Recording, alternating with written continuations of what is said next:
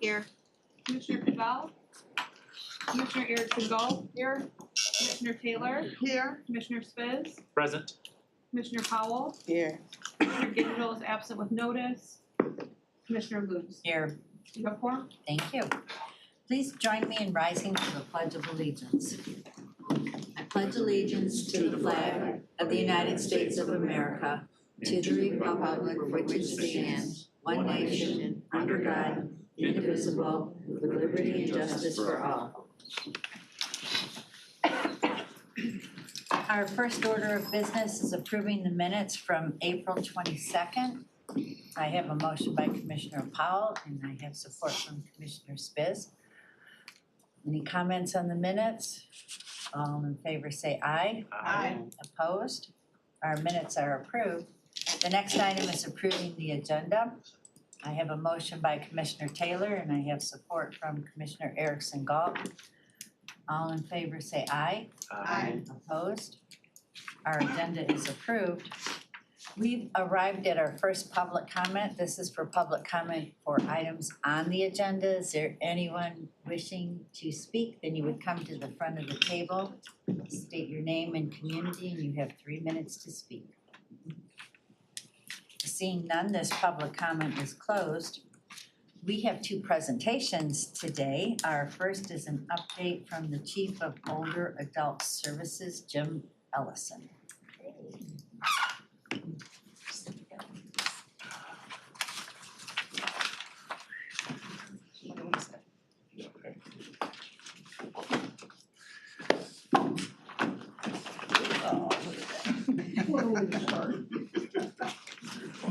At least I didn't spill my coffee on myself. I've been known to do that too. Me too. Me too. You wanna start us off? Good morning, Commissioners. I'm Teresa Recinto, Director of the Department of Public Communications.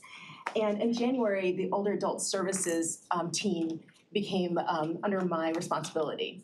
And so I know that you wanted our chief to come and give a brief update, and I wanted to come along and join. And I thought if you'll indulge us, we would do a little deeper dive into some of the work that we do and give you some highlights and some stats.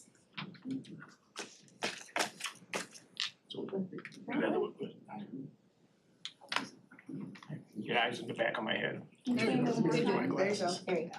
It's on. You have to go back. While she's trying to figure that out, let me start off. It's a pleasure to be here. A lot of you I know I've known for years. I'm Jim Ellison. I'm the Chief of Older Adult Services.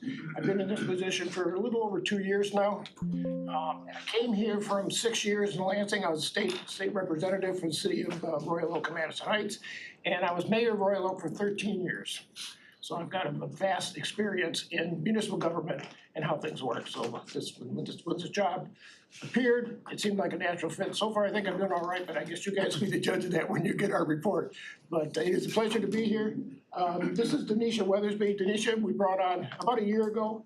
She is my number 2. I mean, she's like really my 1.5. She does so much. But Denisha, I'll let you. Hi, I'm Denisha Weathersby. I'm the Communication and Marketing Assistant for Older Adult Services. I've been in this role for a little over a year now, but I've been at the county, Oakland County, for 2 years. I come from the health department as a public health educator. Denisha, can you be sure we get your card with your contact info? So a little bit about what we're gonna cover today. We're gonna talk a little bit about our purpose, our vision, the work, some of the tools and tactics we do to reach the older adult population, and then a roadmap for what we hope to accomplish for the rest of the year. So I just wanted to give you a overview of what the Department of Public Communication looks like. And when Older Adult Services came as a direct report to me, we kind of have them go hand in hand with our community engagement department. So they both, engage the community. And so, as you know, because thanks to you, we have an Older Adult Services division, we are focused on outreach to our older adult residents. We focus on residents who are older than 60, and we do that in a variety of ways, from print publications to outreach directly in the community. We were created in 2023, focused on primarily the healthy residents part of it with the aging population. This is a shot from one of our senior expos. We are partnerships with Senior Expo USA, which is a firm out of Troy that sponsor these types of senior expos throughout the country. And we approached them and worked out a partnership that we will attend and co-sponsor everyone that's in Oakland County. And currently they hold 6 a year in Oakland County. We've had 2 of them already this year, and but the reason that I'm getting off track. This is from the Royal Oak one from last year. And one of the reasons I like this is that the beautiful young lady that Dave and I are talking to is my oldest sister, Judy. And this is by chance that we talked to her at this, and so it's kind of fun to keep that in there. But that's indicative of what we do. We run into people and they ask the questions and we answer it. So, but that's where this picture is from. Still me? Oh. Our vision to communicate directly with Oakland County's older residents, alerting them to all the services, programs, and resources available to them. I look at us as a communication arm. Our job is to disseminate information from the county and let the seniors know what we have available. And we do that by various different methods. We serve as a resource for older residents, providing answers to their questions and guidance to get help if needed. Through this special initiative, Oakland County is committed to fostering a strong, connected, informed community of older adults, ensuring that they stay engaged. One of the advantages we've had with merging with community engagement, as Teresa said, is that the ability now we have more voices. We have more voices to get the information out there. And so we work closely with the community engagement team. And they assist me if we got an event going and we need more people, they're gonna be there with us. And so one of the things I wanted to stress is the merger of our department into public communications opens up all kinds of resources. And the folks we work with down there are fabulous, so it's like a big team. So I think it's been a good move to have all the older adult services have more people work with us. So our printing people, our graphics people, we're all on the same team. It's really kind of neat. It's still me. Customer service, we do this through a number of, we have our hotline, we established our hotline last year. We have an older adults hotline you call up, and 9 times out of 10, you're gonna get Tanisha, because she monitors that for the most part. And what we do on that is people ask the questions, who can rake my lawn, or who can fix my gutter, or, but a lot of it is healthcare. Where do I get this kind of service and that kind of service?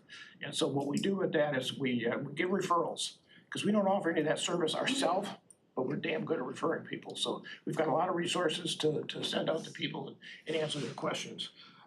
Community outreach, as I already talked about, we have the expos. We do what we call coffee and conversations, which we go into senior centers, and usually I'll reach out and ask the director, what do you want us to talk about? What do you folks need to hear? And then we'll prepare some kind of presentation and go out there and give it to them. And the bonus is I bring donuts, so. And so, donuts usually get people out. But that's how we communicate the information. And we have our publications, we have our resource guide, which I have something here. If you guys haven't seen this is like an excellent, we did this last year. We've updated it now 3 times because things constantly change. So this is our latest one, good as of February. And I have plenty here if anybody wants to take one. And we also do our Encore magazine, which is a newsletter we put out 3 times a year. We've got our next one coming up, what is it, early July? Yeah, early July. And that's kind of a folksy type newsletter. We send it out to everybody in the county who's 60 years of age or older and are registered to vote. That's our mailing list. And whenever we send the Encore out, we get inundated with phone calls on the hotline because all of a sudden people, somewhere I can call. So that's been a very good resource. And we put recipes in there. We put highlights of senior centers, things that are going on, just kind of an easier to read communication from older adult services to you. So as Jim mentioned, our work is customer service focused, community outreach, and communications. Through communications, myself along with the community engagement team, we use a system called the Intranet Quorum, and this is also called the IQ. It's an essential tool to help us keep track of community events, incoming calls, and stakeholder information. The next slide is just an overview. It's what you see when you first log on to the IQ. This is my screenshot of my screen. It allows me to keep track of like my services, my messages, anything that the, like people call in and we can document and communicate. So last year, we got our first baseline for how older adult residents are reaching out to us, and more than 750 inquiries came through in 2024. How did they come through? So they come through, they come through our hotline. So on an average, and we are expected, so far from January 1st to April 23rd, we have 237 inquiries. We are expected to have 750 because on a weekly average, we get 75 to 100 calls through our senior hotline, and we also take 10 to 15 messages through our IQ. So we have a phone that they call in. Seniors can also leave messages, and myself, I kind of like handle it along with a few others from the community engagement team. So some of the questions that I get, on an average, I get a lot of health and housing questions. Some of the questions are, what programs are available for seniors? What housing programs do you have available? Some seniors may call in and say, my home is in disrepair. Who can you refer me to help me with my home? I could just interject here. One of the things that happens with the hotline that I wasn't prepared for, we had people that call in and just want to talk. They're lonely. They want to talk to somebody, want to talk to an adult, they don't want to talk to their cat anymore. So we get those calls, and I love to take those calls. We can have this conversation for 10, 15 minutes, and they're such lovely people, and they really are appreciative. They may even call up with a chip on their shoulder, I've got a problem. And so talk them to it, and by the end of it, they're very grateful for spending time, and I tell them, call me back anytime. I mean, I'm there to serve the older adults, so whatever we can do. What does that mean? Keeping up here. Again, tapping on to community outreach, this is just a sample of some of the stuff that we do. We've got that coming up, we've got Senior Day at the Zoo coming up soon. That is end of May, I think, May 28th. The Senior Advisory Council, I'm going to hear from here in a little bit. We meet with them, we had a meeting with them yesterday. We got Senior Market Day coming up, and then I already talked about the coffee and conversation. This is just a sample of the kind of things we do to reach out to our constituency. So Denisha talked a little bit about the phone calls that come in and the inquiries that come in that way, either phone calls or sometimes even email, correct? Mm-hmm. Yes. And that's one way that we engage. The other way is to actually go out into the community. And so this slide gives you a sense of how much activity we've had in person with our seniors. 31 from that short period that we were tracking, October to December of 2023. Then last year, 60 total events. Right now, we're at 17, but their plans of 3 senior visits a week will get us to that 70 or 60 events a year. Yeah, and a really cool thing for me about going into the senior centers, because I get to take the tour of the senior centers. Like, I just learned that Bloomfield Senior Center, they have a new pool, and they have salt water, right, Jim? It's a saltwater pool, so yeah. it's a brand new pool. So every time I go out to these centers, I get to take the tour and see, what seniors are actually doing. So I'm a little invested in it when I go. Yep, so we have 6 senior expos this year, 2 of which we have already attended. January at the Jewish Community Center in West Bloomfield. We attended one March 11 at the San Marino Club in Troy. As Jim mentioned, we do have one upcoming on May the 28th at the Detroit Zoo.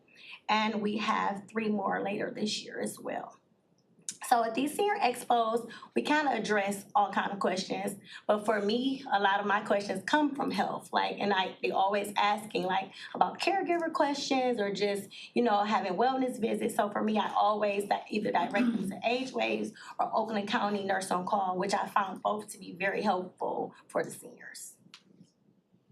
At those events, we're also handing out things that are health related. We have county branded pill boxes and hand sanitizer and back scratchers and all those things that they can use.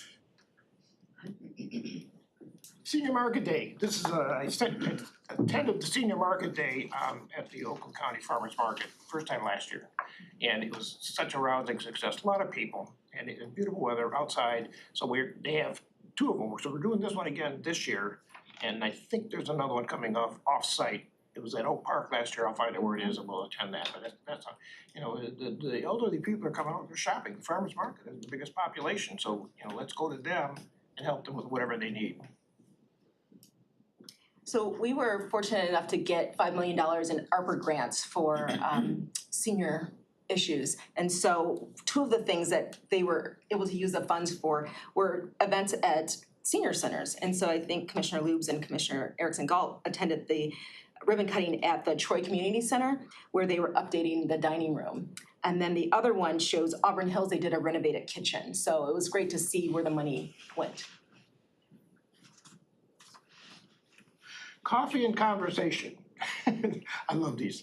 You know, like I said earlier, I call up the directors to find out what can we bring. We've got one coming up, transit. It's coming up next week, next Tuesday, I believe we're doing it.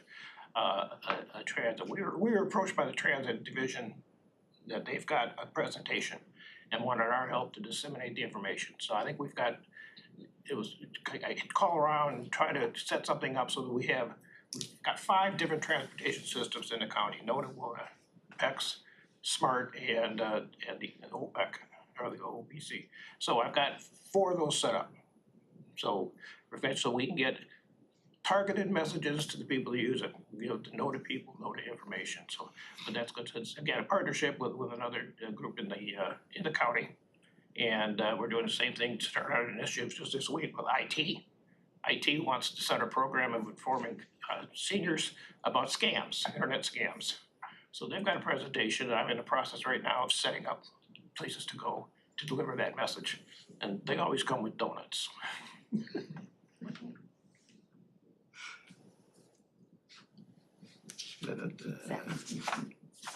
Oh, yeah, we've had a couple of, we did both of the community centers in Pontiac. They've got a company between the Peterson Center and the Bowen Center. Kind of did both of those, not at the same time, but within a week of each other, and they had good turnouts for all of them. And we've gotten South Lyon, we did them last year. That was the one where I had to go out there 3 times because it was a snowstorm. And a lot of donuts every time I go out there. But Huntington Woods and then Clawson, we had a good session in Clawson about economic development. So that's what we try to do, is find out what the people want instead of just going in there talking about us. Let's talk about what we got for you. So they worked out well. They're increasing it. It's tough sometimes to get scheduling because most of the senior centers have their schedules set. At 9 o'clock on Monday, they do knitting. And so try to get them to block out a time for us. So, but they're getting more of it. They're realizing that the information we bring is very valuable, and they like the donuts. So I keep going back to the donuts because that's my favorite part. Jim, when you find out what the seniors want, are there gaps in services that you can address or start to Yeah, we try to find implement out for people? what they need to know. And what we get is we get transportation questions, which we've working on that now. We get maintenance questions. Who's gonna fix my gutter? Who's gonna shovel my snow? And we have the chores program, which was just established with OSHA. But I think that's running out of funding, so we've gotta make sure we recruit, because people just want someone to shovel their snow. Fortunately, it wasn't a bad winter, so we didn't have that big of a problem. But we've also got problems with, you know, their gutters are falling down. And so we usually refer back, most of the centers have a plan, whether a group of volunteers or some kind of funding that they can do that. But it's something that I think if we don't get on it real quick, we'll probably be in trouble if we don't have something. So we're working on trying to figure out a program for that. And again, you know, a lot of questions on health. We've had a measles outbreak right now. We had a presentation yesterday at the SAC committee on the measles, and I thought about wrapping that up and presenting that. So it's just trying to give our constituency heads up on what's going on out there. This is my favorite group. This is the Senior Advisory Council. I've been involved with them since I started, and you're gonna hear from them. They're good people, good hardworking people, and with the benefit of the seniors, number one in their mind. There were a lot of, some of them are seniors, not all of them. But that's one of the things I tell people. I love working with the constituents who have got the older adults. I like working with them because they like my music. They understand me. They understand my jokes. It's a very good constituency to work with. So, and these people are the same way. We have a good relationship, and you're going to be hearing from them. And they're I can't say enough about them and how valuable they are to what we do. So Wellness Wednesdays happen to be my favorite, coming from the health department as a prior public health educator. Older Adult Services partner with Oakland County's health department. So these events happen each Wednesday at the Baldwin Center in Pontiac, District 9. So here at these events, people come in, they eat, they shower, wash their clothes, and just get other resources from other vendors, including ourselves. Do you have plans to expand that to other communities? That's run primarily by our health department, and so we'll have to engage with that. We go as their guests. Thank you. And so everyone's talking about their favorites, and so this is one of the things that I really enjoy. So we have Encore, the senior newsletter that we started publishing last year. The next one will be out in July. Last year, I believe we did 3 editions, but it's just a great resource that goes to about 240,000 of the seniors in Oakland County, filled with tips and phone numbers and educational articles and profiles of older residents. So And that's pretty recipes. cool. We do recipes too. Some recipes. And then our resource guide, which everyone gets when they stop by our resource fairs, or when Jim and Denisha go out to senior centers, they Yeah, we still them take to these. So there is a Board of Commissioner map with all the commissioners in there. There are resources about parks and veteran services, so a one-stop for them to have some resources that are meaningful. I often say this is probably the best publication that we have coming from our department, because it's got everything in it. Unfortunately, it's constantly changing because we've got to update it a lot, so I think we're just on our third generation of that, because we get new directors of the senior centers and new programs, but it's important to have an update with all the latest information, so this is our latest one, we updated February, and we'll probably look at it again as winter rolls in and see how accurate we are. But that is the single most valuable piece of document that we have. Do you leave those at the senior centers? You leave them everywhere. I leave at the senior center, pile of them, and libraries. We drop them off wherever public is gonna gather. We have the books available, so, She wants some too. you know, it's me again. And Jim will leave some for people. Yep. Okay, this is, And so this is the this- fun one. This is Wasn't that, one quick question, I'm sorry. Wasn't that mail though? Yes. We got that in the mail. Okay, I was making sure. Cause I thought I remember seeing it at my parents' house. Encore in the mail, I didn't get this, The resource guide? I didn't get that, I got The resource guide is not Encore. mailed, that's left at senior centers. Oh, okay. Yeah. Okay. Mail did mail the a flyer. This- The mailing list on the Encore is every registered voter 60 years of age. Mail out a flyer, had our pictures on it. Yeah. Okay. If you ever need someone, then maybe if you want, just give us a call, I'm more than happy to.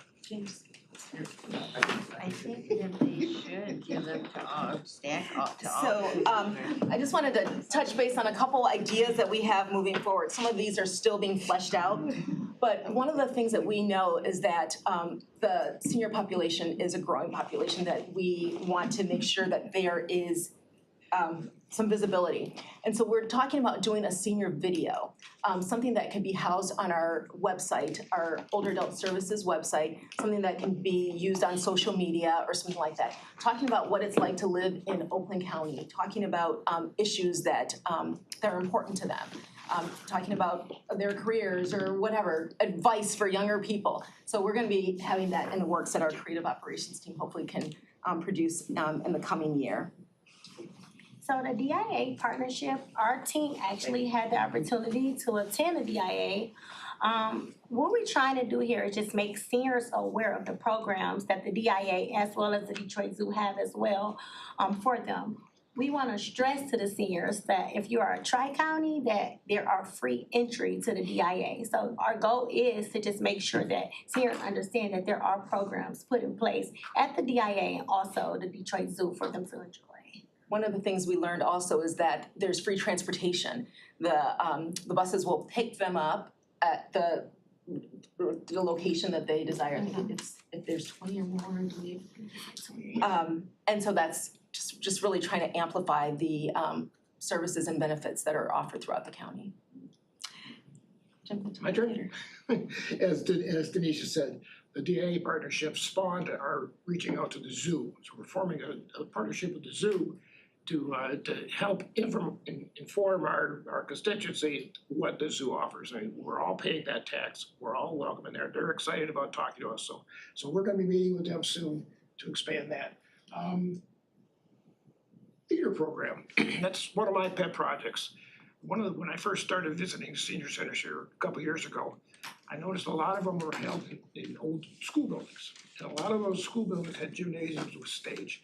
If anybody knows me, they know that I am a theater aficionado. I love theater, I've been doing it for 30 years, and I hate seeing it on stage. So I started thinking about how can we utilize this space, and I started doing some exploring. What I'm finding out is there are outfits out there that provide small theater experiences for seniors. They have scripts that are towards seniors, you can do script reading. And so right now I'm working with a friend of mine from the theater, we're trying to gather stuff together. But my goal is to try to present some kind of theater program to the centers individually, or maybe we can combine, I'm still working on the details, it's still fresh in my mind. But try to provide an opportunity, because from my experience in theater, nothing brings you out of your shell like being on stage and pretending to be someone else.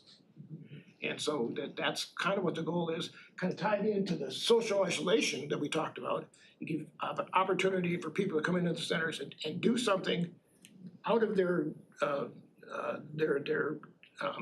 Comfort zone.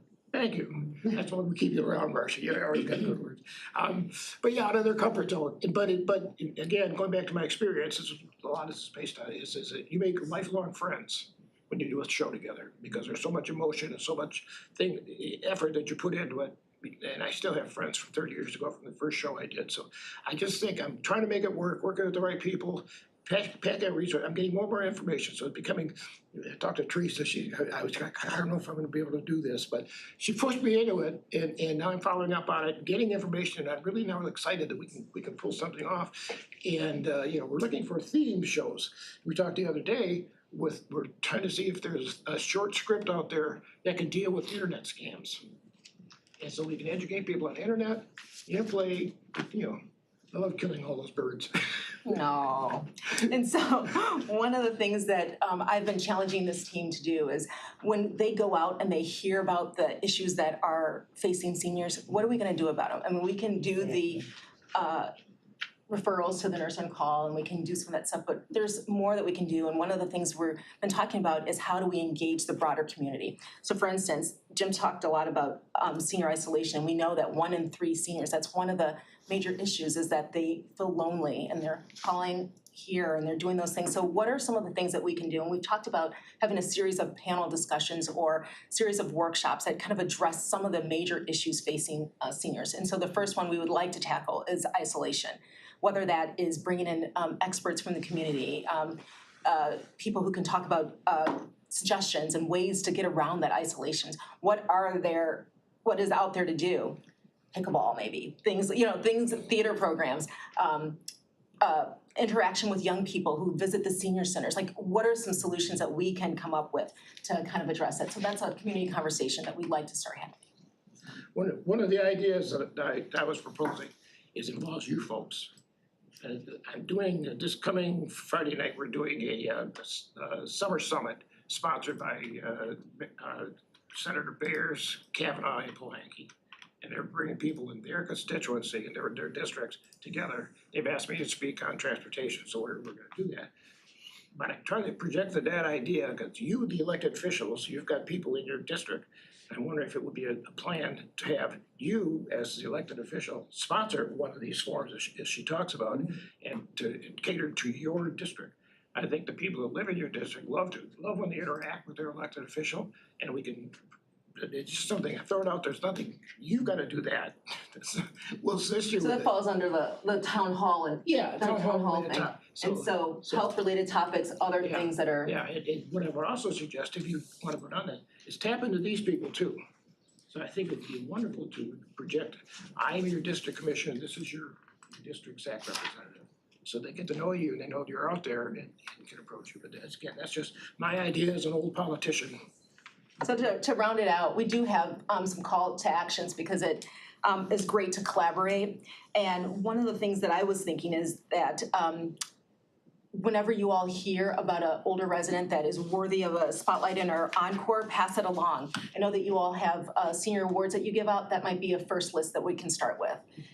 We talk a little bit about the video for the older adult services. So if you have people that you think might be worthy of an interview for us, those are things that we're hoping that you will pass along to us as well. Jim already talked about hosting a Q&A in your district, topic of your choosing. That would be something that we believe would be worthwhile. And then lastly, we're hoping that when you're promoting things in the community and talking about older adult services in particular, that you tag our website so that people become more familiar with what's on there in the services that we offer.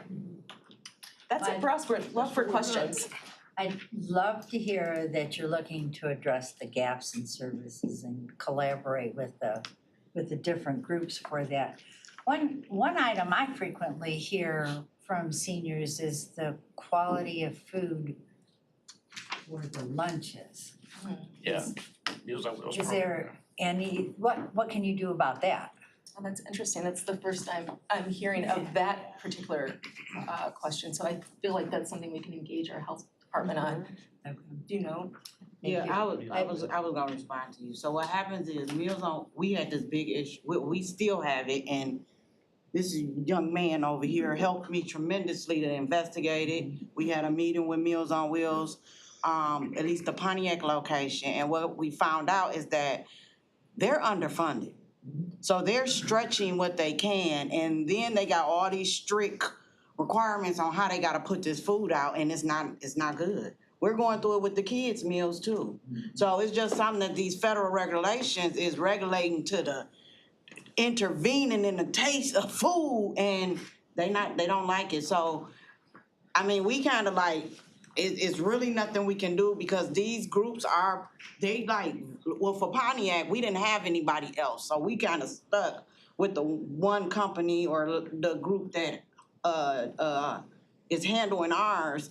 But we found that out because I'm like, what can we do? And he probably can speak more to it for you. Our senior rep here, he's the leader of our senior reps, but that's what happened. So it's more so trying to figure out or advocate with our federal leaders to look at these regulations and this food preparation, because what we putting out is nasty. And I'm just gonna be frank about it. It's very nasty. Keep that in the back of your mind. So keep that in the back of your mind to see if we can somehow intervene or work on that legislation federally to kind of help and secure more funding for them. Because their budgets are stretched. And I know for a fact, Ms. Rosa Randolph, she underfunded. And she's been putting in a lot of her money. She loves the program, she loves doing it. So, and she's like our food person, but she was like, that's what it is. So I don't know if he would like to add when he get a chance to speak, but for the most part, I just wanted to let you know. That was something I worked on a couple of years ago, yeah. Commissioner Christensen? Yeah, well, welcome to everyone. Just for a little history, I don't even know if you three know this, but the Board of Commissioners had a committee, it was maybe 5 or 6 years ago, where we focused on seniors and we did a blueprint about what seniors need. And one of the things was GEM, your position. And that was strongly advocated by Commissioner Lubes and Commissioner Gary McGilvery. And that's how that whole thing started, was from our action with our senior group. We didn't have a single point of contact with the county to address senior issues. That's right, that's right. The idea came out of the blueprint, which I read, it's on my desk, I read it all the time. Which came from this group came right from the here. group directly. And another issue that we really studied was loneliness. It was one of our first initiatives. And what we did was an amazing project when Chris Ward was still the chief. Was it cell phones? The Echo Show. But was it cell phones that we gave to some of the senior homes? Because An Echo Show. But it worked as a cell phone too, face to face. They could talk with somebody. so it was like a Siri, Yes. oh, I see. So we actually got money and gave those to senior centers so that seniors could communicate with their families. And so loneliness has been a big issue for us, and I commend you for looking into it. and trying to find some proactive ways, because certainly you have support on the board. If it turns out to, we ended up buying those, or we got them donated, I think, for senior centers. And it was an amazing program. Seniors really responded to it. So picking up the ball from where we left off would be great. And the senior market days come from Healthy Oakland Partnership, which also started with this board. So this board has a real interest in our seniors. We realize how much seniors contribute to the economy and how important this constituency is. And we do value our senior advisory committee, and look forward to hearing from you next. Commissioner Powell? So I had wanted to point out to my colleagues, I was looking at the senior list. I know Penny has been, Commissioner Lewis, I done got too comfortable, sorry. Has pointed out to at least the Dems, that we need to fill our gaps, but I just wanted to remind my colleague over here, districts 4, 5, 7, 9, 15, and 18. 4, 5, 7, 9, and 18. Yeah, and I. 18 is taken care of. It's 18 is? Yeah. Okay, great. I just was, they list, I was just looking at their list. But what I wanted to stress is we have 4-year terms now, and I'm praying that we have some representation in these districts and not for the whole term, they don't have a representative. So we need to, see if we can try to encourage that. And also, I'm already volunteer. I will be planning town halls in Pontiac. And because I do have various seniors centers that either we gotta get them transported from these centers, or I may need to do pilot little ones at my senior homes in the city, but I wanna coordinate that all with y'all. So Pontiac, y'all can come on over. Bloomfield Township, me and Commissioner Gershenson will partner, so them are my 2 areas. So she Bloomfield Township and Pontiac. But I know for a fact, Pontiac, I wanna do that because I know that is something that we're trying to build and improve is our communication there. And then also, I forgot what I was about to say. I love it when younger people forget. Oh, You'll remember. thank you. Yes, I will. Here we go. One huge issue, we all know this, but I know that we need to really, really focus in on this population is the housing needs, repairs. Yeah. Mm-hmm. People houses in certain areas, and I'm looking at the whole county. Pontiac, I know is really underwater, but this is a whole county issue to help our seniors because they are on fixed income, some of them, and it's challenging. So I know for a fact, commissioners, that is something that we have to look at, a fund or something to help in this space. Because again, we only can partner so much with referrals and other groups, and they're running out of funding, and we know a lot of stuff is shifting. So I know that's a dire need. Commissioner Powell, we do have a resource for housing repairs through our housing department. Just so you know, Kind of.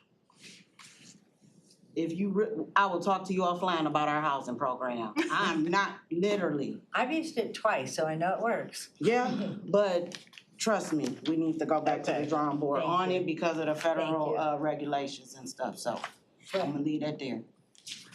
Well, They just Do you get, have a response to Yeah, I just that? had a comment for Commissioner Powell. We get those kind of questions about housing through the IQ, the senior hotline, all the time. I actually had one this morning, a senior called in and she told me, every resource that you've given me has not been working, including Oakland County Neighborhood and Housing Development.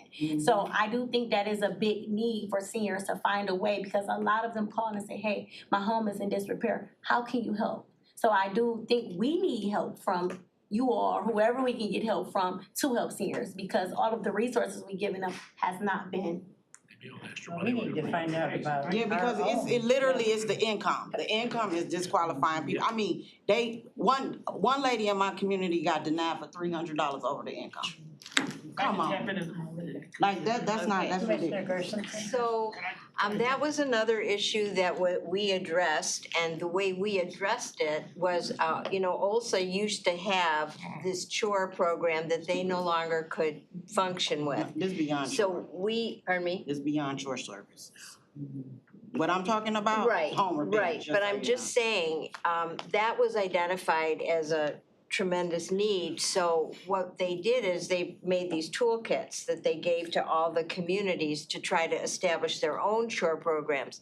But if what we're hearing is that it needs more attention, then that's something you could come to us and talk to us about, because we've already expressed tremendous interest in that area. We know it's a priority, so we could work together, maybe even with. Well, just to let you remind you, I do have something in parking lot with the chairman. All right. From our leadership meetings. All right. We just gotta move on it. Okay.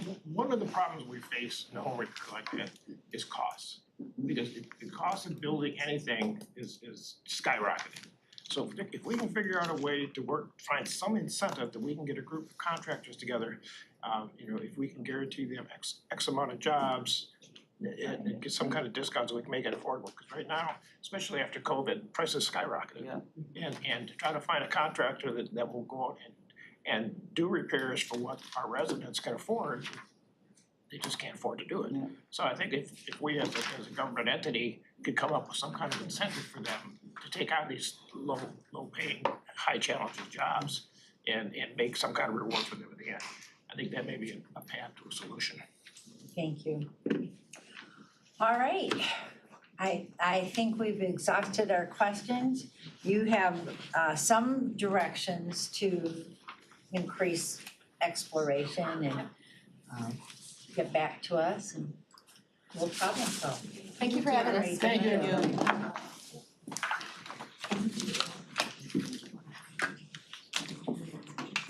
You're welcome. Can I say hello, my God? Do we need to read to see the phone?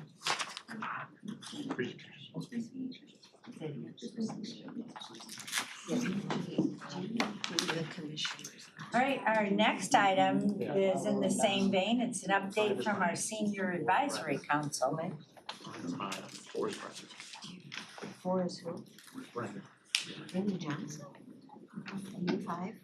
It's not often I'm sitting at the end of the table. Okay, I know, so it's on my list. We love to see you, Cam. I get a candidate.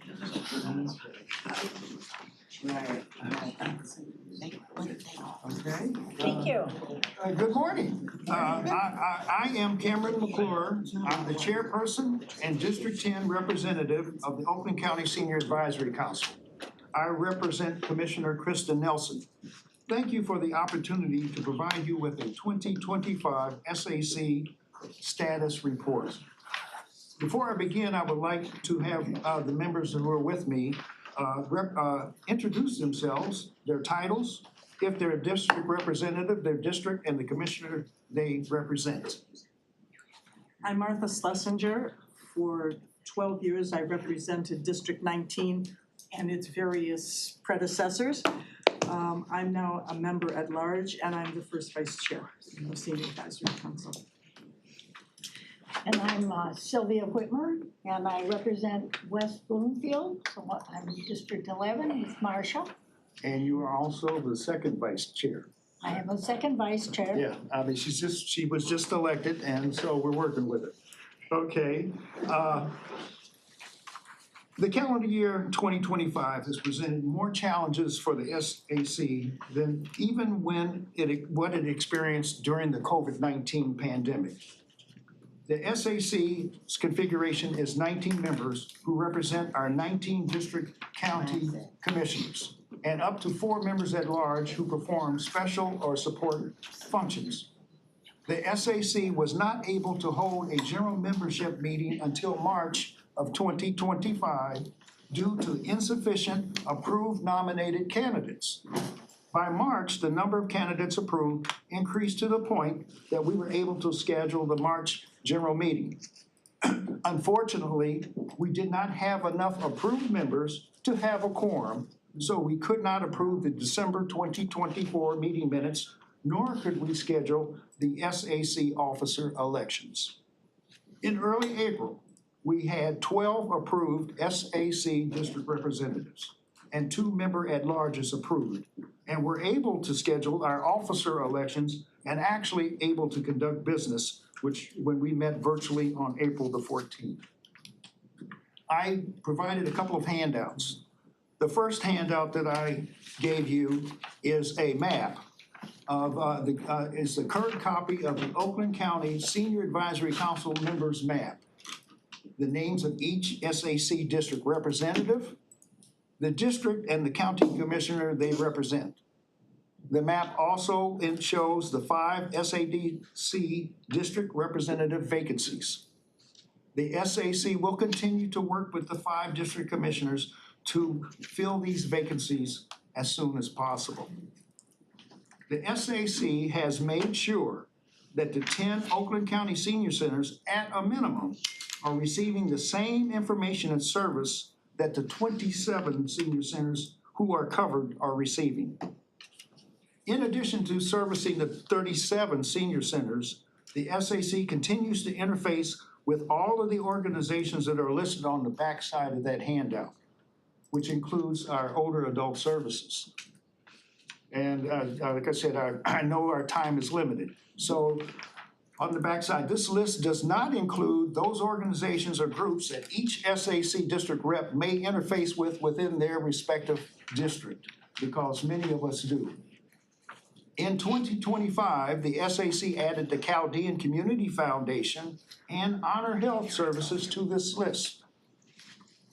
I have also included the link that will take you directly to the SAC page, which is buried in the oakgov.com website, where you will find our mandate and purpose, our goals and objectives, additional information for resources, recent meeting minutes, and even the link to the SAC Council nomination application form that needs to be filled out and sent to our commissioners to be signed, that then goes to our Oakland County executive after the person has gone through a security check. Okay, and you may or may not know we're all volunteers. None of us are paid, okay? Thank you. Oh, the other handout I provided is a resource page which I have created, which I hand out, which is also on the back of the map that we have, which I hand out when I'm out and about. I also have given this to our other SAC reps for them to make their own. I sent the electronic copy to Commissioner Lubes. These blue links in the electronic copy are active. So when I send it out via email, all the person has to do is click on that and it will take them directly. Because a lot of us older adults, I guess seniors has now become kind of a verboten kind of a thing. I've even heard what enhanced, what Greg said the other day? Citizens. Excuse me? Citizens. Enhanced citizens. Enhanced citizens, but many of our senior centers aren't even called senior centers anymore. They've taken that name out because it is a negative thing. Yes, it's woke, yeah, it's woke.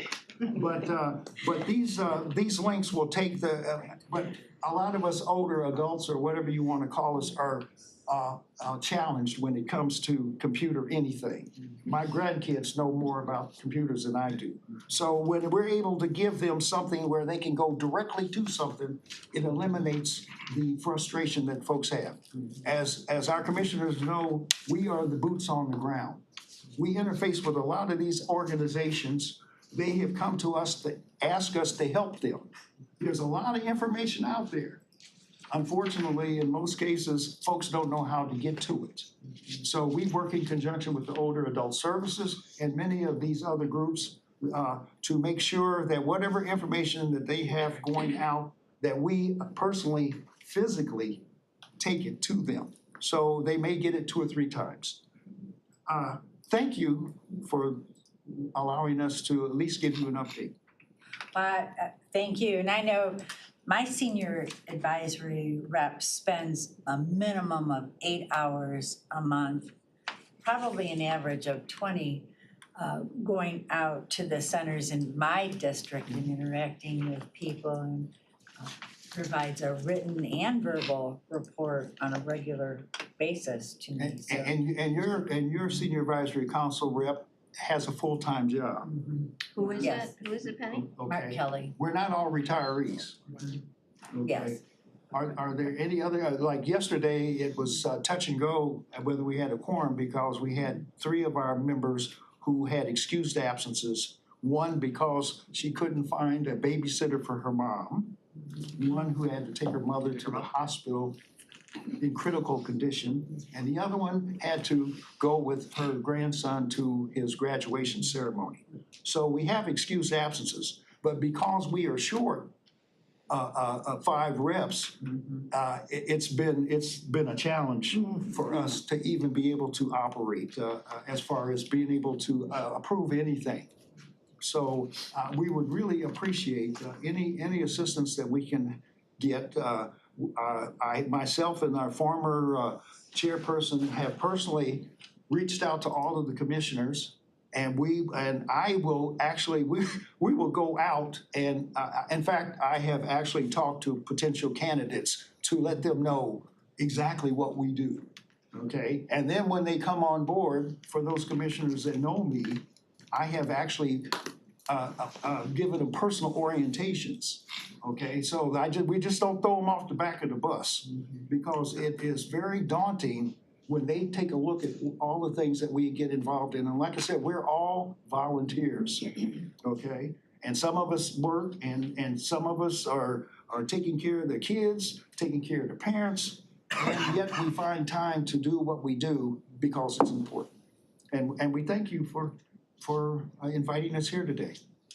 And the information you provided and the link you provided, especially for commissioners sitting around this table to submit a name for the senior advisory committee is helpful. Yes, yeah, like I said, and what all of our minutes and everything are online, but I also tell our reps to send them. When we get our agenda and everything, it's so easy. Everything that normally we get, we broadcast out to our senior centers and other folks that we interact with, okay? And I guess you call us boots on the ground, because that's what we are. Yes. Commissioner Spiz, followed by Commissioner Gershenson. Thank you, Madam Chair. I am one of the delinquent 5. Yes. I will commit to you, I have somebody by the end of the month nominated. Yes. Thank you. Thank you. And I will commit that I will personally He will. work We with talked. whoever, I know he him will. or her, and to make sure that we, like I said, I don't, when I came on 15 years ago, I knew nothing and I had no idea what the heck I was getting into. I'm keeping my language clean. Understand. And I had to learn, okay, but like I said, I may be the chairperson, but I'm also a worker bee. So I don't expect any of our folks to do any more. I don't know if they want to do what I do, because I'm actually overseeing 6 of those senior centers myself, okay? But it is important to us that they know what's going on. Yes. Commissioner Gershenson. Well, thank you for coming. I think you should send a list of your dates so that to our chief of staff, so we can know when you're meeting and Yes. some of us can attend. And your website is very hard to find. So I don't know who you need to talk to or if we need to intervene, but somebody should be able to type in seniors and come right to it. And you can't. I've looked for your meetings and it's very hard to get your It's information. where's by So, Carmen Garcia. Thank you for Yes. coming. Thank you. Thank you for inviting us. Yes, yes. Commissioner Cavell. Yeah, hey. Yes, I'm also one of the delinquents. I need help though, I don't know somebody like mine, but I just wanted to ask, since we're all here, Senior Village, what do we think? We're an aging community, an aging state, aging infrastructure for both people and the places we all need. How we feel about that? Well, one of the things that you're finding out, any information you get is, yes, we're getting older and we're not going away. Okay, there's more seniors in Oakland County. In fact, overall in the United States, there are more folks over 60 than there are any other age group. Okay, so the thing is what is the county doing? Now, I know that like with the blueprint, The commissioners generated $8 million of the ARPA money. $5 million went to our senior center grant program. $3 million of it went to the working on houses. Unfortunately, like with ARPA money or any grant money, it's limited. Okay, so you putting a Band-Aid on a major problem that's not going away. If you have visited our senior centers, you're gonna see they're all over the map. They're anywhere from selling cupcakes to being fully funded. We have seniors in Oakland County that are well-to-do, and we have a lot of seniors in Oakland County that are not. And a lot of what's going on is going to impact, and that puts a lot of onus on our elected officials, our Oakland County budget. Where are you going to prioritize? Okay, and this is a problem. This is the feedback that hopefully our representatives are giving back to our commissioners. I call it the silver tsunami. So what do you do when this thing is coming at you? You step aside or you get run over, okay? Or at least people know that you're doing something, okay? And some of the recommendations about having town hall meetings, some people are having them and hearing it and some people are not. But it doesn't make the problem go away. And this is what we hear. One of the challenges, again, because we're all living in our communities Yes. and dealing not just with our senior centers, but with our neighbors, our families, whatever else, is what I see, and I live in Pleasant Ridge, is a growing invisible challenge of seniors who live in well-endowed communities who are themselves going through very difficult times. Yes. Whether it's losing work or needing home repairs, oh Lord, please, Food. help. Or dealing with health issues that they don't want to make public. It's very challenging, and while big community events are very important because they help break down the isolation that we're all concerned with, the truth is no one's gonna show up at a big public event and say, yeah, I really got a problem with my house and my health and my family and whatever else, and can you help? Because that's not the vibe of what they're doing. So getting them in, and that's the other challenge, never mind what we call senior centers. I know in my community, Pleasant Ridge is something like 60% over 55 years old. And most of my neighbors are, I'm not going to senior center, that's for old people. Well, excuse me, you're 85 years old, so. But it's a question, as you said, Charlie, of getting to what we don't see but is growing. Yes. And this stuff going on under the rug is really, really a challenge. And it's not gonna get any smaller. Thank you, I appreciate that. To speak just once to your direct vote, you were saying to go for a vote, I think for seniors.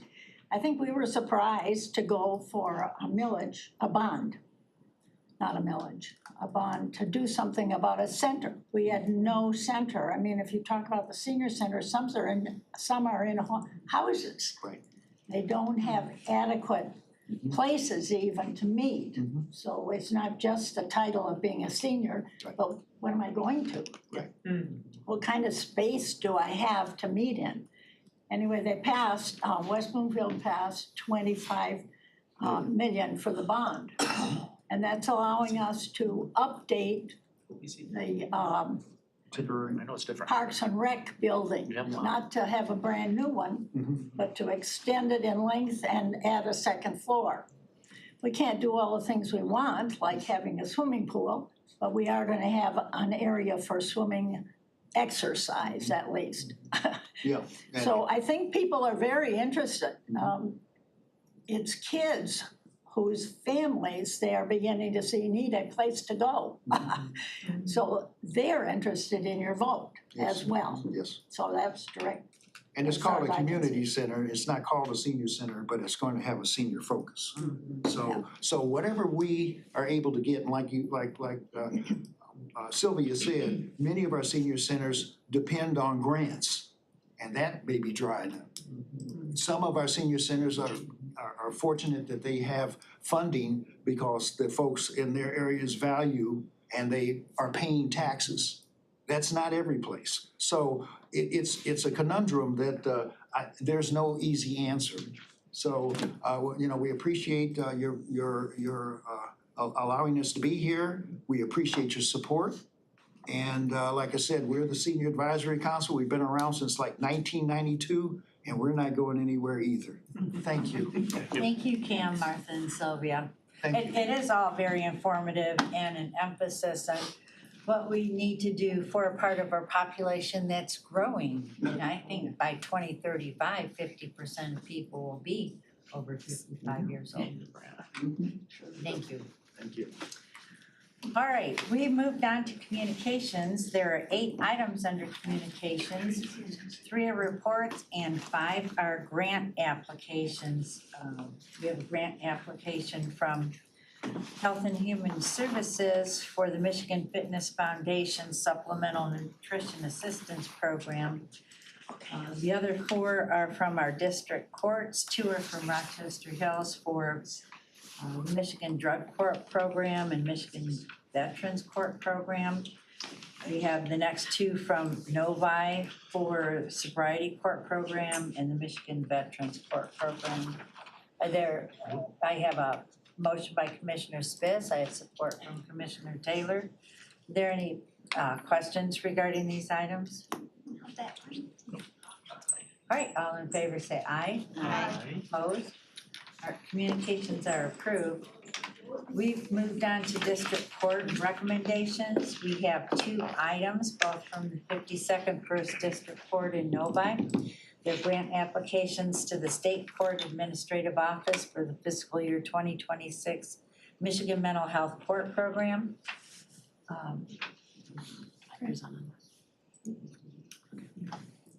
Both items are exactly the same?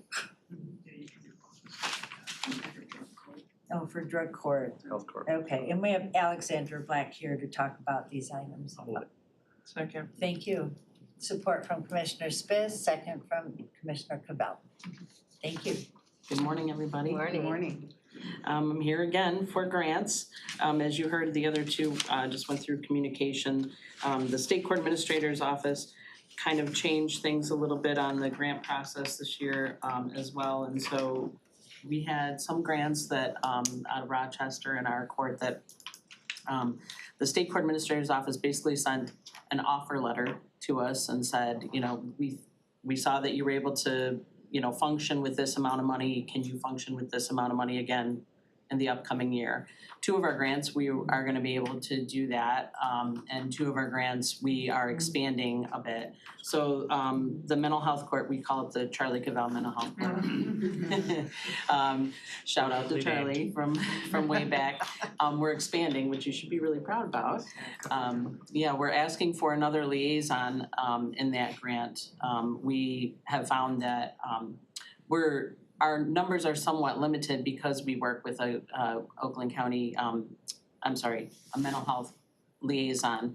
And the liaison can only handle so many cases. Our probation officers could handle a bit more, but we can't take in more without a liaison to help those people. So we are asking for additional funding for that. We also have found that we could use another probation officer for that program. So we're asking for another probation officer and that. The current probation officers we have are not grant funded. And we understand that there's always a hesitation to accept or allow us to apply for grants where we're asking for positions because we understand that the funding might not be there forever and ever. But we've been very fortunate. These grants seem to be the ones that aren't going away. And in order to expand, we are gonna need another probation officer. We're asking for a part-time clerical person for the data input. And then, of course, all of the money to support the people in the program for the treatment, for their testing, for inpatient, for anything they need, that those things are priority. So for that, we are asking, sorry, I have it in here, my miscellaneous resolution. And in that one, just so you know, we currently have 40 participants in that program, I believe. And that is throughout the 52nd. So this is not just a 52-1 grant. Let's see my amount on my miscellaneous resolution. Oh, here it is. 7? Yes, sorry, where we've increased to 401,000 that we're asking for. And that is because, of course, positions with any kind of benefits are pretty costly. So we're asking for 401,000 in that grant. Thank you. Are there any questions regarding this? Anything you want to add about the drug court grant?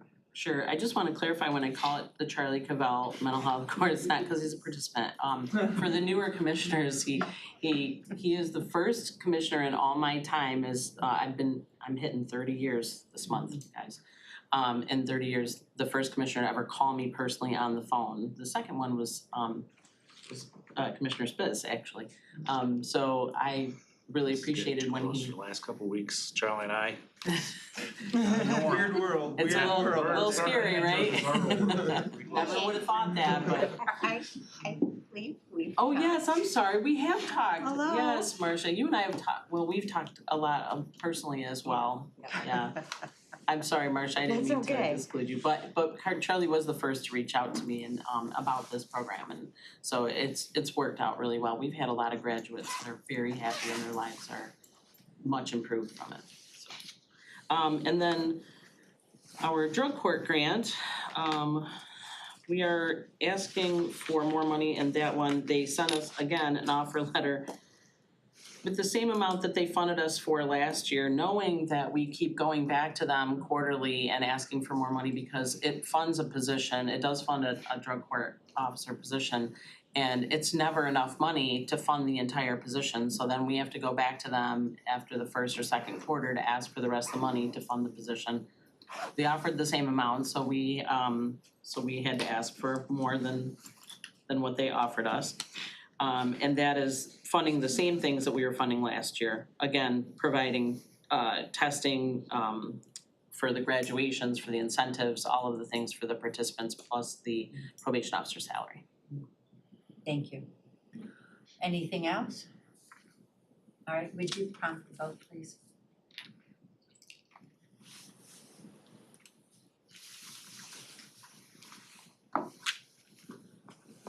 You have 7 yeas, 0 nays. Motion carries, thank Thank you. you all, nice to see everybody. Our next two items are from Health and Human Services. The first is an amendment to the interlocal agreement between Oakland Community Health Network and Oakland County Health Division for Substance Use Disorder Prevention Services.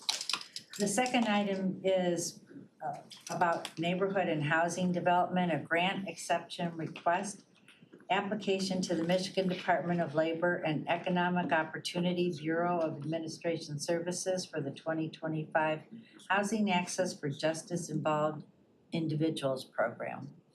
I have a motion by Commissioner Spitz. I have support from Commissioner Gershenson. And we have Kate to address the first item and Khadija the second item. Welcome. Thank you. Good morning, everyone. Today, I'm bringing an amendment to our interlocal agreement with OCHN to accept our fiscal year 25 funding in the amount of $266,145. So this funding is continuous funding that I think we've been receiving for 37 years now. I was just informed this morning. It continues staffing by 2 full-time health educators, implementing tobacco and vaping programming, clinical screening for substance use and referrals to treatment, as well as the pre-K through 12th grade health skills curriculum. A point to note is that a very small portion of this funding, $26,000, comes from ARPA. On April 1st, we were notified by OCHN of the discontinuation of this piece of the grant. So we are expecting another amendment soon, but we need this initial one approved first before we can move to the next amendment. Any questions? Okay. Khadija, what would you like us to know about the next grant exception request? You nurse, are here requested to apply. Khadija, we can hear every third word. We saw Alright, is this any better? Yes. Okay, I'm having some technology issues, I apologize. We're here to request, for an exception to apply to the Michigan Department of Labor and Economic Opportunity Bureau for the 2025 Housing Access for Justice-Involved Individuals Program. We have quickly pulled this application together because we feel that it would be a wonderful expansion in addition to some of the great work happening within neighborhood housing. The Housing Access for Justice-Involved Individuals is a pilot grant. It will support those who are involved in the justice system with finding and obtaining housing, while also increasing the number of landlords who are in the Oak County area, who are willing to rent to those who are justice involved, with targeted education and incentives provided.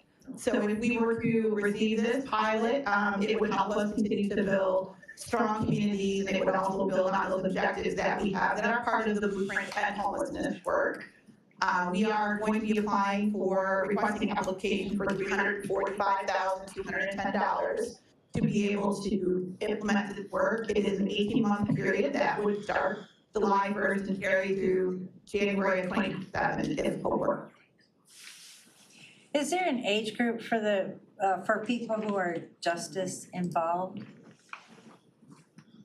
There was no age group cited in the proposal, so just adults who have any kind of criminal background is really the only requirement. It was pretty flexible. That we wanted to be strategic to make sure that even those who have a criminal background or justice involvement, who are parents, would be tied in very strategically with our Open Connects and transition to city pass work. Okay, thank you. Any other questions? All right, would you prompt the vote, please?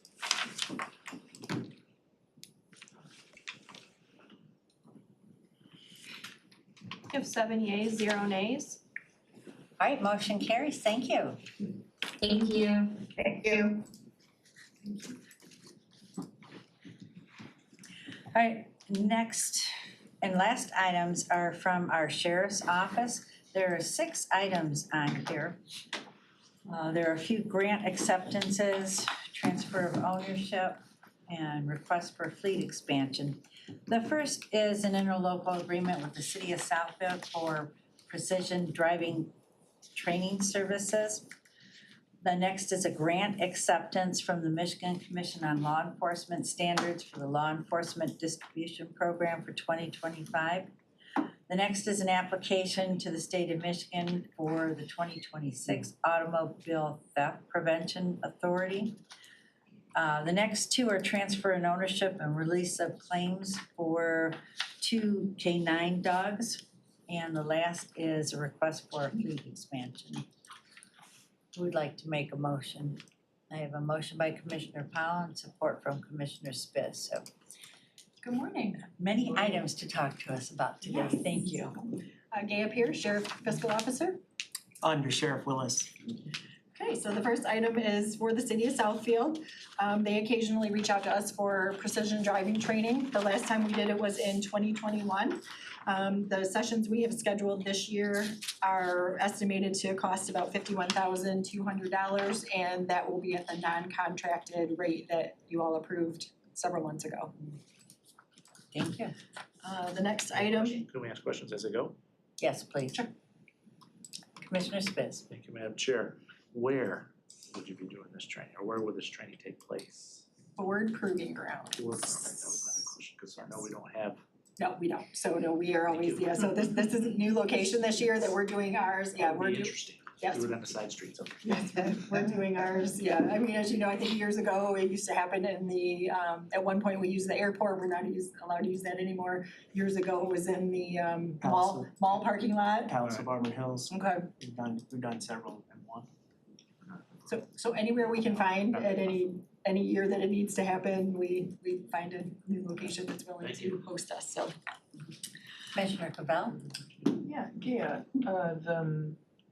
this is $51,000, that's Southfield paying us for the staff time? Yes. Okay. So it's the non-contracted rates, the law enforcement non-contracted rates that we use for Somerset and the other agreements, that's the rate they'll pay. Okay, thank you. Okay, the next item is our annual distribution from the Michigan Commission on Law Enforcement Standards for MCOL's funding for training. This is our first distribution this year in the amount of $107,203.75. Okay, the next item is our annual grant application to the state of Michigan for Automobile Theft Prevention Authority. This, I believe, we're right around our 40th year for this, so it's been around for a really long time. The request is for a little over 1.5 million with a 50% match of the same amount. It continues 7 full-time positions and 1 part-time position in the sheriff's office. We also have one position in Pontiac that's through the Pontiac contract but gets reimbursed through this grant. And then we also have we have a partnership with Detroit, so we have a Detroit officer in our grant, and then they apply to have one of the sheriff's office folks in their grant, so that's a partnership with them. The other communities that participate are Waterford, Southfield, Hazel Park, Farmington Hills, and Royal Oak, and then they're all responsible for their portion of their match. Commissioner Cabell? This is the thing that funded Deputy Reckling's work where he was shot in Detroit, right? This is that funding. Yes. And then the next 2 items are retirement of canines. So it's the same handler, he's transitioning out of the unit. So we have 2 canines, Trip and Rolk, that are retiring. They're a little bit younger than normal, but since they're old enough, they can't be transitioned to a new handler, so we're letting them go. And then our last request is for a fleet expansion. I think you all recall our secondary road patrol funding it's been kind of a roller coaster for a lot of years where we added positions, deleted positions. We didn't have steady funding until about 2 years ago when they made some legislative changes. So now the grant funding is steady and they've given us a supplemental. So we would like to purchase vehicles to have them assigned to that grant and fully funded in that grant. Because right now we've been pulling them from the pool, they're all general fund vehicles that are used for the grant funding. So now that we're stable, we would like to have them with their own vehicles. And then we have a shortage, there's been supply issues and just kind of moving things around, and we have a lot of grant positions that don't come with vehicles because grants typically don't pay for vehicles, so we want to take advantage of this one. The other situation is parks, so we've just historically taken cars from the pool, like the motor pool loaners, and those have been assigned to the 2 full-time parks deputies. Now with the new law enforcement rates, there's a category for a deputy with a dedicated vehicle, and Parks has 2 of those, so these cars will be assigned to them. Thank you. Any questions? Commissioner Spitz? Thank you, Madam Chair. I'll be sporting this, but it just drives a bigger question for me. Because you mentioned a little bit, touched on, we didn't have enough cars per se over time because of this discrepancy in funding. But also, for me, how many cars I'm gonna say lose a year, retire each year, that go out of service? I don't know the exact number, we'd have to get that from Motor Pool, but we can follow up on that one. But they know how many they need to replace each year on a replacement cycle, and then obviously we have some that get totaled out unfortunately with accidents, Yeah, so there's already a replacement cycle that's Yes. in place that you guys follow. That's all through the Motor Pool Fund, through Ty Burkle and his team. So yeah, they have that replacement schedule, so they know, and then Impala's had a certain amount of miles, and I think the Tahoes, we've been able to push to like 130,000 miles or something. So then what we typically do with those is the ones that end up, even though they're supposed to be replaced, if they're still in decent shape, then we make those pit driving vehicles, so we'll put bumpers on those and then use them, like, so we use them honestly until the wheels fall off if we can. And then the other ones that are able to, they go to auction, they're, unmarked and go to auction, so. Thank you. Thank you. Commissioner Cabell? The grant you're talking about, secondary road patrol grant, is paying for 6 of these, but 2 are coming from Oakland County Parks and Rec will pay for them? Yes, that's part of their contracted rate. Okay, and then PPV. These are not EVs, right? Because I know it's an EV, not PPV. Yeah, these are not EVs. These are ICE. Right. Is there a ICE vehicle. internal combustion engine? Is there a reason? I guess, yeah, is there a reason why EVs weren't considered? Or the final, if they were considered? Well, for the most part, we have a couple that are in use right now, but most of it depends on the location and whether they have infrastructure at the places to be able to do it. So they haven't been completely successful yet, but I mean, it's always a consideration if the infrastructure goes in place. But there's a lot to be determined because we also have take-home vehicles. So if they don't have it at their home, like there's a lot to consider. So we have that conversation several times a year, and that's really what holds us back from fully transitioning or transitioning more is the infrastructure and being able to do that. I think Go ahead. I'm sorry, Commissioner, to Gaia's point, there's one or two on the complex, I don't know if you've noticed around, which has worked out well here because we have the infrastructure built here within Oakland County for them to charge and things like that. So, and from my understanding, it performs well in this environment. So as we move on in research season and investigate them, I mean, we'll see about what we can do potentially moving forward. The other issue is that we have that deputy to no-fill position or that contract type. That's 3 people sharing a vehicle. So they're 8 hour, 8 hour, 8 hour. So if we have to take time out of that 24-hour schedule, then we might need 2 cars for 3 people instead of 1 car for 3 people. So that upfront investment would be an issue too. So there's a lot of different factors. Understood. Thank you.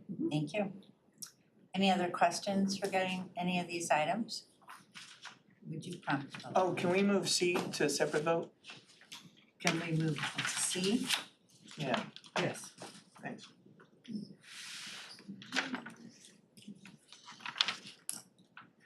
you wanna do C first? Sure. So C first.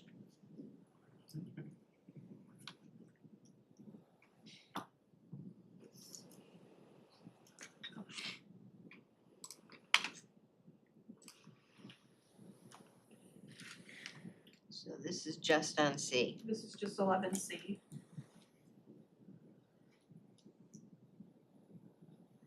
You have 6 yeas, 1 nay. All right, motion carries. Would you prompt the vote on the five items, please?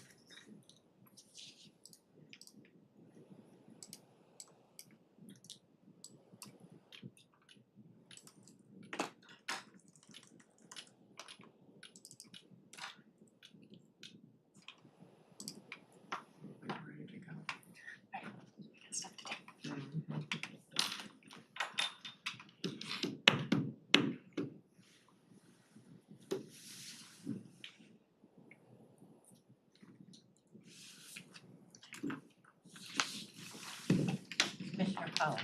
I have one question on that auto theft one. Where is that funding coming from us matching that?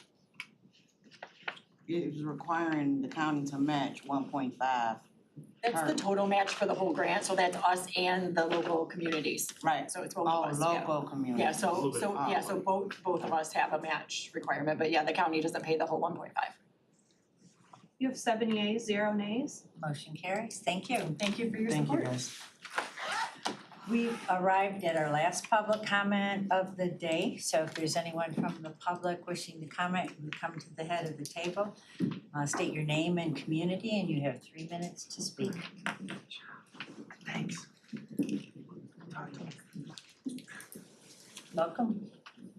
Hello, thank you. Hello, good evening. My name is Felicity Baliad and I live in West Bloomfield, District 11. I am 16 years old and I am in 11th grade and I attend a homeschool co-op in Farmington Hills, Michigan. From January through March, I came to these public health and safety meetings as part of my civics class, as you may have noticed. In this class, we learn how government functions and study the history of our world's past leaders. My 5 other classmates and I have been asked to attend local government meetings to see how they are structured, how decisions are executed, and the issues you discuss. Today, I am here to show my appreciation for all of you who make this committee run. First, I would like to recognize how welcoming you all have been to me. Friendly and hospitable, you have approached me, asked me questions, and provided a safe space for me to learn. You have accommodated me so kindly, whether it was through providing a printed schedule, waving or smiling, or coming up to me and educating me on these meetings. When I first came, I was quickly recognized by the chair and was able to introduce myself. And although I was pretty nervous, I was soon put at ease by all your patience, interest, and warmth. The room has always been lively and friendly. Thank you for continuing to smile and loving what you do. Furthermore, thank you for your genuine care, appreciation, and honor you have for Oakland County. Every time I come to these meetings, I witness passionate men and women who care about the people they serve and the money they put into our county. Thank you for spending time to thoroughly discuss and understand the issues you address. Your hard work and determination have been evident to me just in coming to these meetings. Additionally, thank you for the respect you show for each other and for those who partner with you. Whether for those who work in the animal shelter, for the sheriffs, or the health department, you are adamant about expressing your gratitude and care. In my class, we have been learning about civic engagement, and I have been thrilled to see others come in and give public comments about their concerns. Thank you for providing a space for others to share their thoughts and taking the time to listen. The time you make to hear what the community has to say is valued and vital to understanding the needs of Oakland County. As you discuss these comments and the problems presented to you, I encourage you all to remember the weight you carry. Continue to have an open ear to our concerns because your decisions affect individuals, families, and the whole community.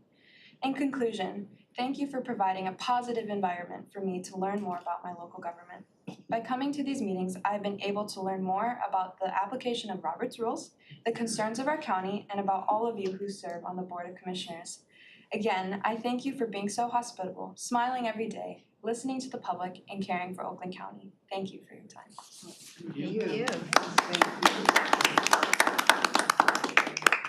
Thank you very much, Leslie. That really is moving. We need to put that on a plaque, put it by the. Doesn't happen too often, that's No, great. it doesn't. Thank you. Should we get yelled at? Thank you very much. You're welcome. Is this your last time here? Possibly. Well, thank you. Class is coming Thank to you an for end. My class coming. is coming to an end. Yes, You're yes. always welcome to come and join. Yes. We've actually enjoyed it. We can make it more interesting for you. We get more arguments. Or not, or not. Or go to France. Is there anyone else for public comment? And public comment is closed.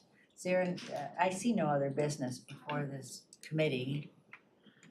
I see no one raising their hand, so this meeting is adjourned at 11:58. Thank you, everybody. Okay, and safer